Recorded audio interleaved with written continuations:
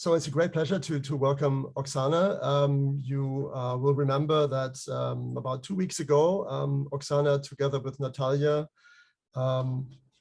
discussed with us the situation of Ukrainian women in the Russian-Ukrainian war. And I was very grateful that Oxana then offered to also look at the situation of Ukrainian men in this situation.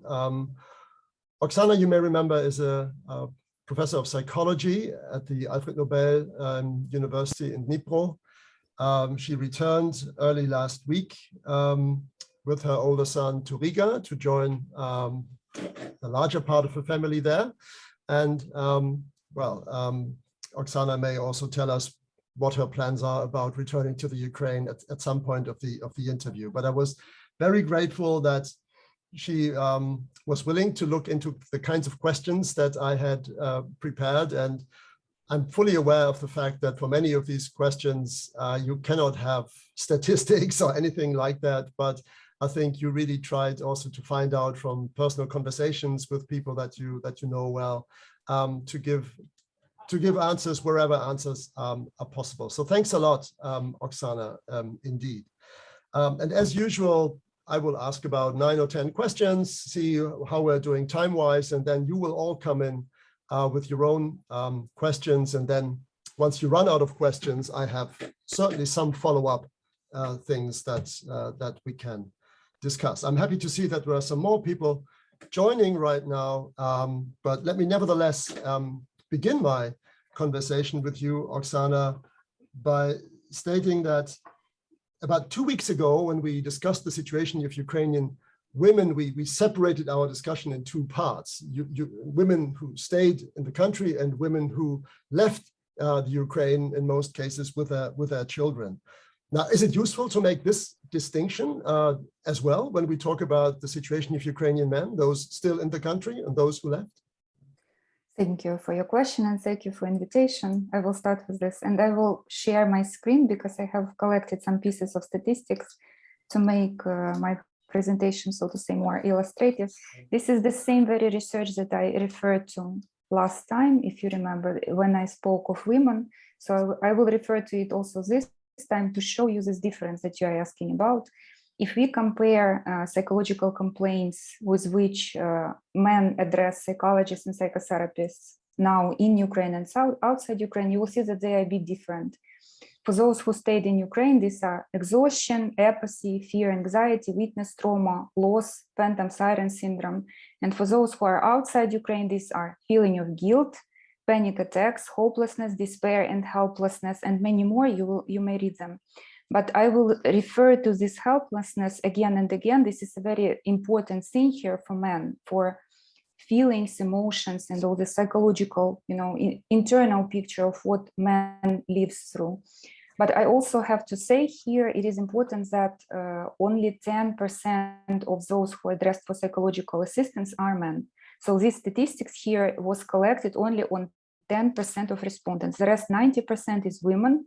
And this is the fact that I referred to last time or during my previous presentation, that it is supposed not to be, a man's job to have some psychological issues. So men are expected to be so strong and brave that they should, decide it on their own. That's it. Then also, so please remember this helplessness because I will refer to it again and again later on, answering some other questions. Yes, thank you, Oxana. So are there actually any statistics which would tell us how many Ukrainian men between 18 and 60 have left or are outside the country, and on the other hand, statistics on how many male Ukrainian expatriates or migrant workers returned to Ukraine after February 24, possibly joining the army, for example?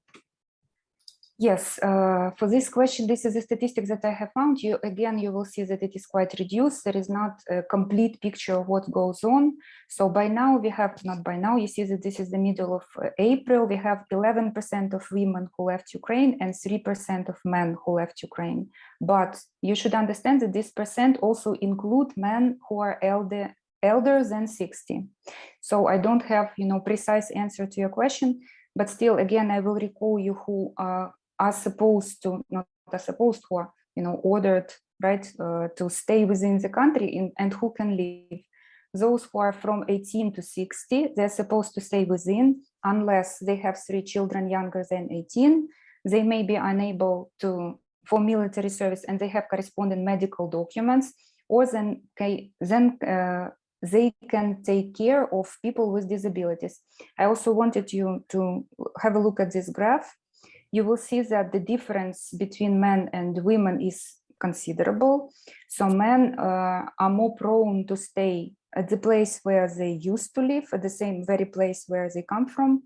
They less frequently move within the region. What is to move within the region also probably I will explain. So a family may have a kind of summer house or cottage house, and they may prefer to, so that can be a family decision that a woman with children will move to the cottage house because a family may think that it is less dangerous to stay somewhere in the countryside than to stay in the city. And probably the statistics of mass victims of such shellings of the last week, probably it proves these fears of families. No sound. Excuse me? What is the question? No, I don't know. I think this was just nothing for you to worry about. Okay. Then there is no difference you see between men and women in moving to another Ukrainian territory. And also this statistics may be interesting because partially it can be explained by families who decide, all the family all together move to another Ukrainian territory from, so to say, safe Ukrainian cities, because there are no completely safe cities now in Ukraine. But these percents here, they may include families from occupied territories. So they together move to another Ukrainian territory, and this is in such a way it is illustrated in these figures. This is my answer by now. Nothing more particular by now, unfortunately. Mm-hmm. Yeah, this was of course at a fairly early stage, and as we also said, there was a lot of development afterwards concerning leaving the country, but then of course also returning to Ukraine. Yes. Again. So this is really a snapshot of what it was like 3 months ago. Excuse me, please, because I have forgotten the second part of your question that is about coming back. How many people come back? Also have not found the statistics how many men come back, but we have such episodes broadcast widely on the media about men who come from Poland, from neighboring countries, because they want to join the armed forces. Unfortunately, no figures. We don't know it in particular how many. Mm-hmm.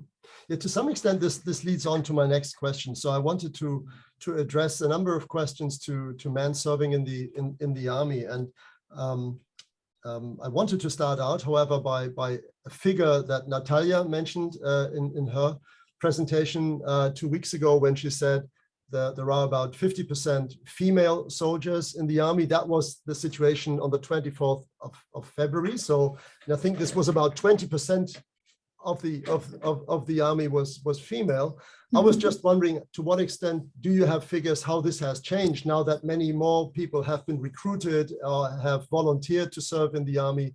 So has this 20% proportion of female soldiers roughly remained the same? And what is the proportion and the number of male soldiers now? Mm-hmm. These are the figures that you may find on the media about a total number of women in the armed forces before 24th of February. This is what Natasha referred to last time. It was 50,000 women, right? And the general number of people in the armed forces was indicated like 250,000. That's it, before 24th of February. By now, probably a couple of weeks ago, we had official figures that was declared on the media also widely by Alexei Reznikov. This is the Minister of Defense of Ukraine. And he said that by now, there are 700,000 altogether people who defend the country in the armed forces.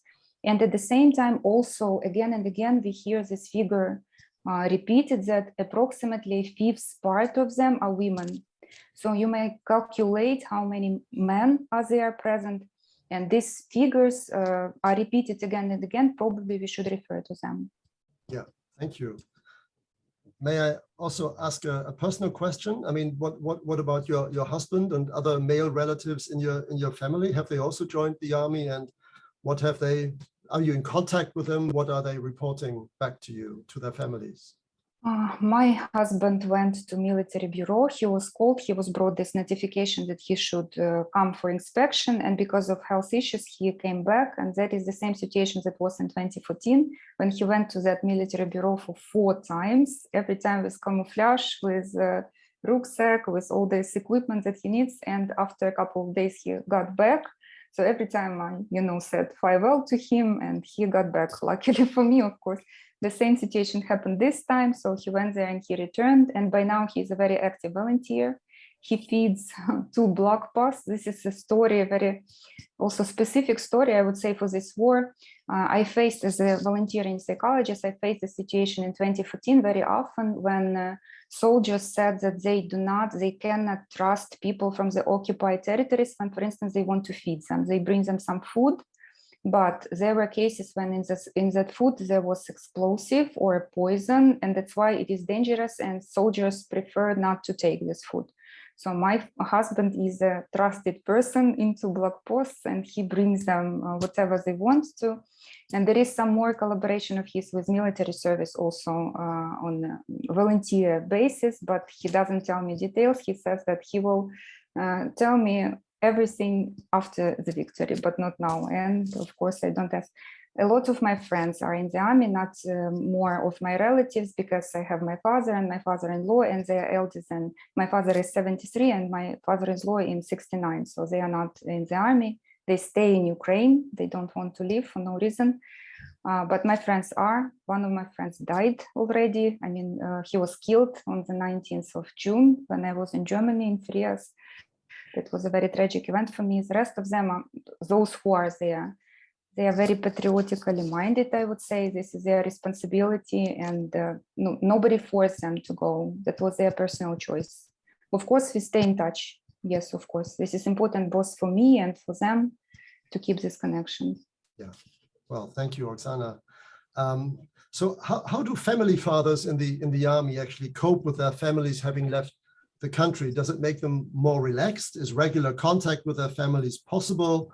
Or is it simply too dangerous to use smartphones, for instance, because otherwise they might be spotted? I mean, you gave us already some first statistics when you said, what are the problems or the psychological problems of men having left the country and those who are in the country. So now I'm specifically asking for people, men in the army, clearly still in the country, whose families have left the country. Mm-hmm. What I know from the stories that I know from my colleagues, this is a priority of soldiers to keep in touch with their families, and it helps them stay motivated, to stay, safe and sound and sober and focused on the things that they do, to know that their families are safe. I know several stories, I would say probably a couple of stories, when that was the soldiers' decision to break with their partners because they didn't want to bring pain to them if something happens to them. A couple of stories. The rest of them, it is very important. It may be a problem in the long run, by the way, that is now discussed by family psychologists in Ukraine. And actually, that is the same situation that we faced in 2014, 2015, when soldiers returned from anti-terrorist operation in Ukraine. And there was a splash of divorces because they brought their reality, atrocities that they saw there, some violent acts that they witnessed, and they expected their spouses, their wives, to understand them, but their wives also lived through hardships in Ukraine, and they expected their husbands to help. And probably because of lack of psychoeducation, probably because, I would say that psychoeducation, yes, this is what we lacked then. There was a splash of divorces. There was a splash of this misunderstanding among them. By now, yes, the answer is that they try to keep in touch, and the psychologists put efforts in order to let them both parties understand that if they live in different realities, they may lose this common ground that unites the partnership. And this should be their efforts, that they find this common ground, they discuss it, they share somehow. From also my previous experience of that 2014, 2015, we know that in those families, for instance, where wives were active volunteers and husbands were at the front, those families were like more fortunate probably to stay in the long run to keep their partnership. So it doesn't mean that all wives should be like volunteers and active helping the front, but still this discussion of their common ground is vital. Yes, for preserving their partnership. Yeah, you mentioned already your experiences as a family psychologist, but of course you're also increasingly, and this is a kind of fluid boundary. You are also working already as a military psychologist, and maybe I just have a follow-up question there. So, what are the major anxieties and traumas in men, especially male soldiers, that military psychologists see themselves confronted with? What are the most important tasks that your profession needs to fulfill at the moment? I would say that the most important our task by now is to create a system of psychological assistance within the armed forces. This is what we have been doing. We have been trying to do since 2014. We have been putting a lot of efforts in order to change it, because probably you know that after the collapse of Soviet Union, there was no army, I would say, in Ukraine, and only with the beginning of this Russian aggression since 2014, due to Petro Poroshenko, our army started, he started to put efforts to fortify it, but still, I would say that there was, such arrogant attitude towards psychologists as if they're doing some funny job and it's not needed. So let them write their papers and not interfere with real business of military servicemen. So this is what we have been doing. We have been translating NATO protocols. We have been listening to our American colleagues and Israeli colleagues in order to implement, adjust, not just copy it, but adjust, adapt it to our realia. So this is major activity. A lot of enthusiasts, very highly trained professionals from Ukraine invest their efforts in doing so, and now also. And we see the situation is changing. There are some units, there are still like general understanding that it works. I mean, psychological support works, even in the form of psychoeducation. Nobody says that every soldier should undergo 10 sessions or something. No, it's impossible, but at least that they should have some kind of instructage, I mean, some short, maybe long, some lecture before, I mean, within this transition from being a civilian, like a regular person, to becoming a soldier. That is a very important thing. So that, for instance, he knows how to behave when he's in captivity, how to behave towards the enemy when they are in personal contact, because it may have long-run consequences, if not to intrude into situation and this preparatory, so to say, stage. And then again, to have some preparation, to have some psychoeducation on that transitory stage of returning back home. Also, there is a saying, a very famous saying in military psychology, that it takes you shorter time to go to the front than to return home, because you bring that experience with you. It changes you dramatically. And this is also a matter of psychoeducation of communities. So we should explain communities how to face this experience, that we should accept soldiers who bring this really sometimes very harsh events that they witnessed, that we should accept, we should as if share, witness their trauma, right?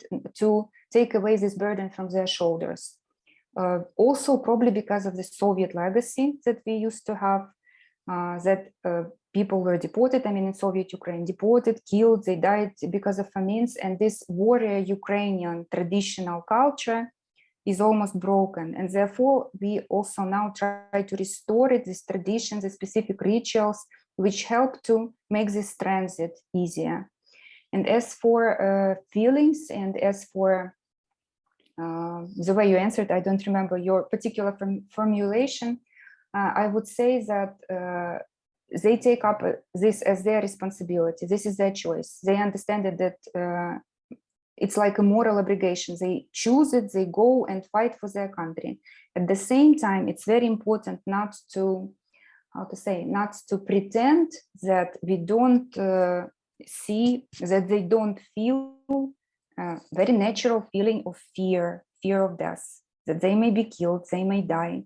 Because if a person, a man may feel this aggressive drive within him that may compensate for this fear, but still this fear exists. And if he pretends not to see him, and if we all pretend not to notice it, then it somehow will influence his decision. Maybe he will be over risky, reckless. Maybe he will underestimate some threats coming, whatever. So we should try not to omit it, not to avoid it, but we should try teach him to handle with it somehow, this fear, to acknowledge that yes, this fear is present, it's natural feeling, and still he goes and does something about it. That's it. Oh, I don't hear you, excuse me. Is it something wrong with my computer? No, it's mine. Actually, I had to switch it off because it was very noisy outside of my office. I suppose this kind of psychological support, much of it happens digitally. Yeah. Mm-hmm. And is there anything that you and your colleagues have perceived in the course of the last 4.5 months that perhaps certain trends, certain anxieties and fears and concerns of the soldiers have changed somehow in this period? Mm-hmm. Of course, there has been some dynamics in their feelings. We still see that there is a lot of motivation, this patriotical motivation within them, that they want to go. This is their responsibility, as I have said. They can be exhausted because it has lasted for so many days already. Still, I know my colleagues say, who are military psychologists, that there are battalions of people who joined the army on the 24th of February, and they still stay at the front. They have not returned. They were not changed with other soldiers. They stay there. Of course, they get exhausted, and we should take it into account. But very specific problems that this is probably a matter of a couple of last days that we are dealing now, that we try to fight, this specific problem of expectation, that soldiers may be exhausted and even burned out because of staying and doing nothing.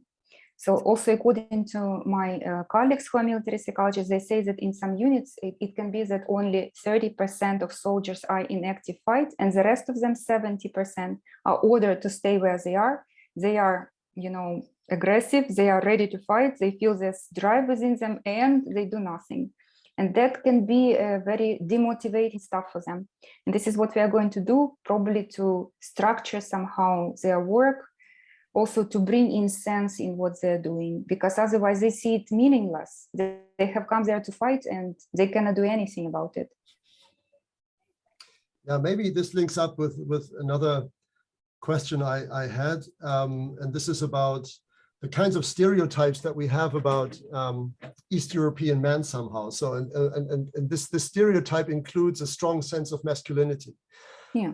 So how does this bear out when we look, for example, at men serving in the army and men who don't? I will again share a screen with you. Excuse me, 1 minute. Yes, and this is the thing that I wanted to show. I find it very interesting, and this indirectly answers your question. This is, you see, the way the question was asked: what do you lack now during the war? First, what takes your attention, occupied my attention, for instance, was that these shortages, they are concerned, they are connected with professional opportunities, opportunity to have additional earnings, opportunity to work at full swing, and work that fits. But if you look at it more attentively, you will see that at any option, on all options, female respondents say that they experience shortage of this option more than male respondents. I don't think that it means that men don't feel this lack of something, right? I think that as if it is more legitimate for female respondents to say that they experience some, drawback of something, right? That they lack something, that they are emotional over this war. For men, it's not okay. As if I talked to probably 15 of my friends and colleagues, I understand that this is a kind of information bubble that I'm in, because majority of my friends are either psychotherapists or psychologists or philosophers.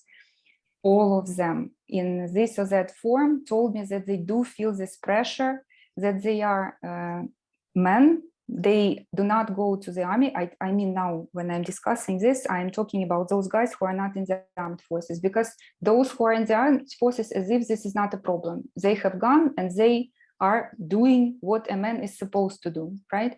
But those who stayed like a civilian in this or that form, all of them addressed it. And this is, for those people who reflect on these problems, it can be quite an unpleasant feeling, right? That it's not even, it cannot be even a pressure of the society, that society expects you to go and fight. You may understand it as your own personal responsibility, that your country is in danger, your family is in danger, you should go and do something about it.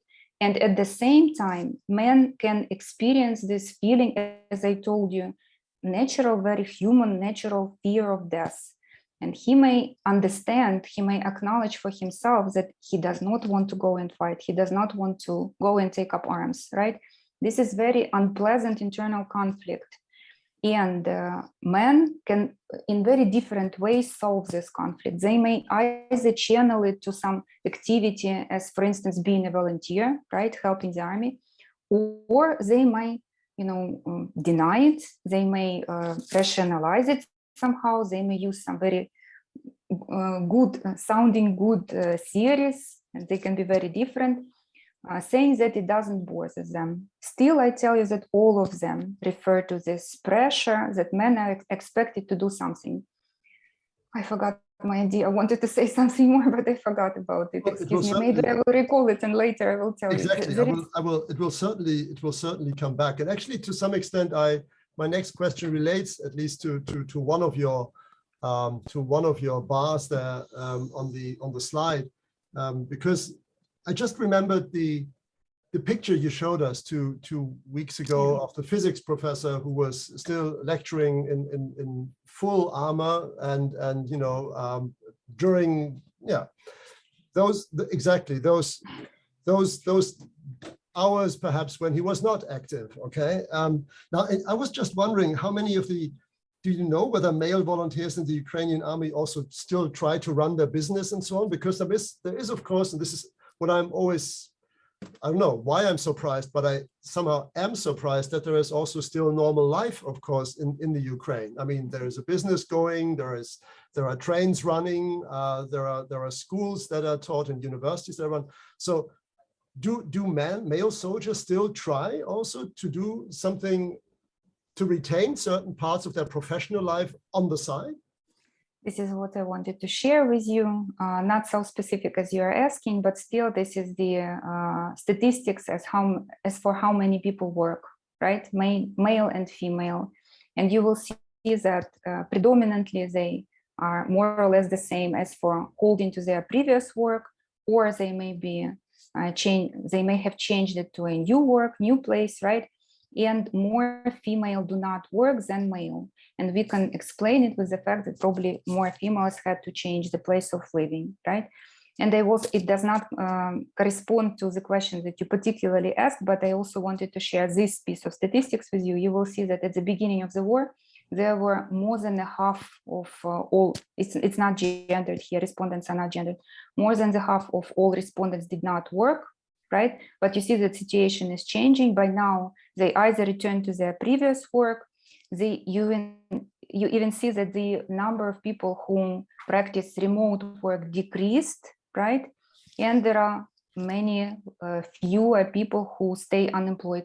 Excuse me, I have recalled what I wanted to say. I wanted to say about that helplessness. It's very important because that's the difference between men and women, and probably this is the difference that is so important for my country, for Ukraine. Because as if this helplessness is more unbearable for men than for women, as if women are, so to say, more trained to oppose this helplessness, right? That not everything depends on them, on their efforts, that it's okay sometimes not to control the situation. For men in Ukraine, maybe this is a more difficult thing, to be aware that you cannot do anything about what is going on. And this is particularly what happens right now, right? That country is shelled, that people die.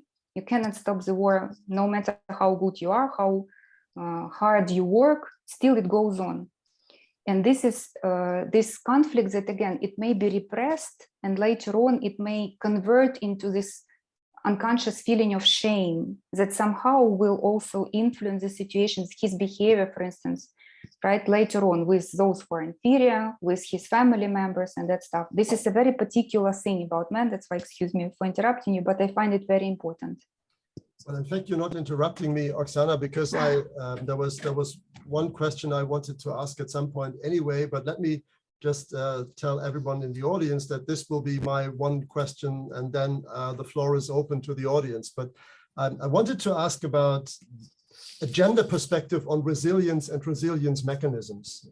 To what extent psychologists, sociologists, or maybe also gender studies specialists can observe differences there, gender differences in how to cope with the overall situation. And I think you already gave us an important part of the answer, that especially this feeling of helplessness is perceived as something that seems to be tougher to accept for men than for women. Are there any other aspects that would relate to this idea of resilience mechanisms? Again, I will show my screen because this is not a direct answer to your question, but I will think that it will answer to it indirectly. That is the chart that I wanted to share. First, even yesterday, I again consulted the literature, and again, I have found that there is no set belief as for those who are more resilient, whether these are men or women. Every time and then I read different outcomes of research. So one research may show that men are more resilient, then the other comes and it shows that women are more resilient. So now we say that there are different, so to say, supportive system for male and females, right? The way that helps them stay resilient. And this is what I wanted to show you. Probably this chart describes the situation that this supportive system may be different for males and females. You will see that there is no statistic differences for direct help to the army, so to say, help to the military with resources, participation in military communities, participation in information war, assistance to civilians with resources. This is about being a citizen, right? These activities is about being a citizen, notwithstanding whether you're a male or female. But you will see that in this chart, the situation is different. These are which are colored. There is statistic difference here. Communication, so women adhere to communication more often. Moral support of optimistic worldview. Also, women find that this is what they can be helpful with. They can support her friends, right, her family members, to adhere to optimistic worldview. And at the same time, men more often do some practical stuff. For instance, they may assist with displacement. So when a family moves to another region, and to do some practical adjustments, whatever, to find information, whatever, to do some practical stuff. And these are different factors of resilience, right? Either it is commitment or feeling confident, feeling that I can control something, or it is addressing for social support and communicating. This is different. So the mechanisms for males and females are different, but by now, no answer, and probably this is good, that no answer what gender is more resilient. Thank you, Oksana.